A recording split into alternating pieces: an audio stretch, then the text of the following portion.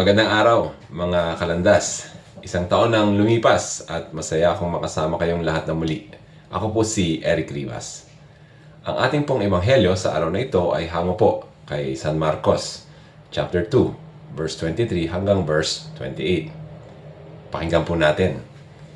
Isang araw ng pamamahinga, naparaan si Jesus at ang kanyang mga alagad sa tabi ng triguhan.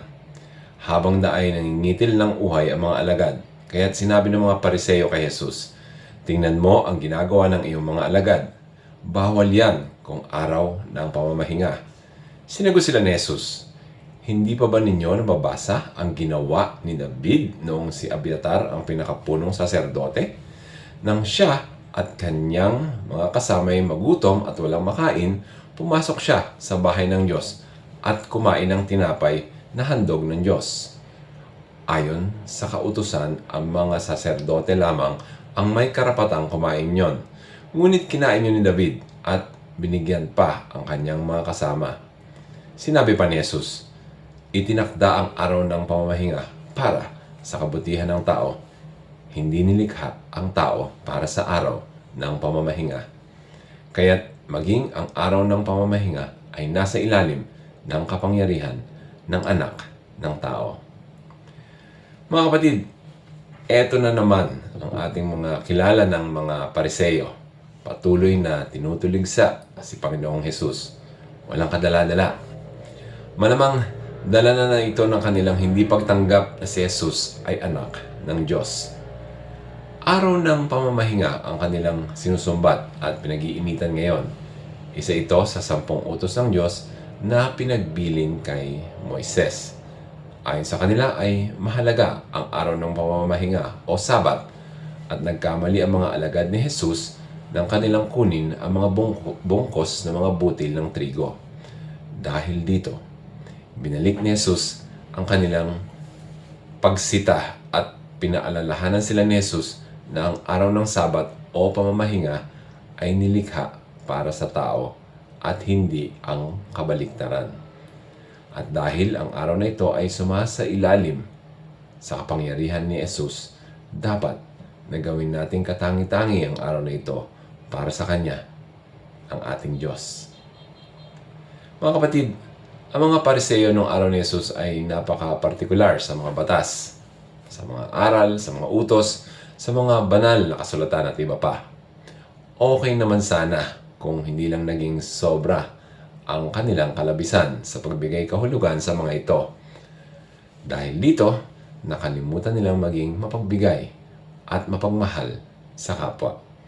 Naging mapanghusga na sila. Siguro mainam na huwag nating tularan ang kanilang halimbawa. Tanong ko sa inyo, naranasan mo na bang may makita kang ibang tao sa simbahan na pawang hindi mo gusto ang itsura o pananamit? O di kaya hindi mo kursunada ang kilos o asal? Baka naibulong mo sa iyong sarili, bakit andito yan? Yung pala gusto lang naman ng tao na magsimba. Baka rin naman hindi ka makarelate dun sa Pariseo. Eh di okay. Pero tanong ko sa iyo, paano mo inaalala ang Panginoon sa araw ng pamamahinga? Chill lang ako sa linggo, Brother Eric. Gising ng tanghali, malling sa hapon, Netflix o YouTube sa gabi. Kung may time, baka makapagsimba rin. Mga sisters at brothers, sa araw ng pamamahinga, sa araw ng Sabat o linggo para sa karamihan sa atin, alalahanin natin ang Diyos. Gawin nating natatanging araw ito para sa Diyos. Break muna sa paghahanap buhay. Gawa tayo ng mabuti sa kapwa. Tumulong tayo sa nangangailangan sa pamamagitan ng pag-volunteer. Magsimba tayo at ayain ang ating mga kaibigan o pamilya. Mamahinga tayo sa piling at paglingkod sa Diyos at sa ating kapwa. Ano kapatid? Marami pang natitirang araw ng pamamahinga sa taon na ito. Ano balak mo? Matulog buong maghapon o gawin ang gusto ng Diyos para sa atin? Parang alam na natin ang sagot dyan.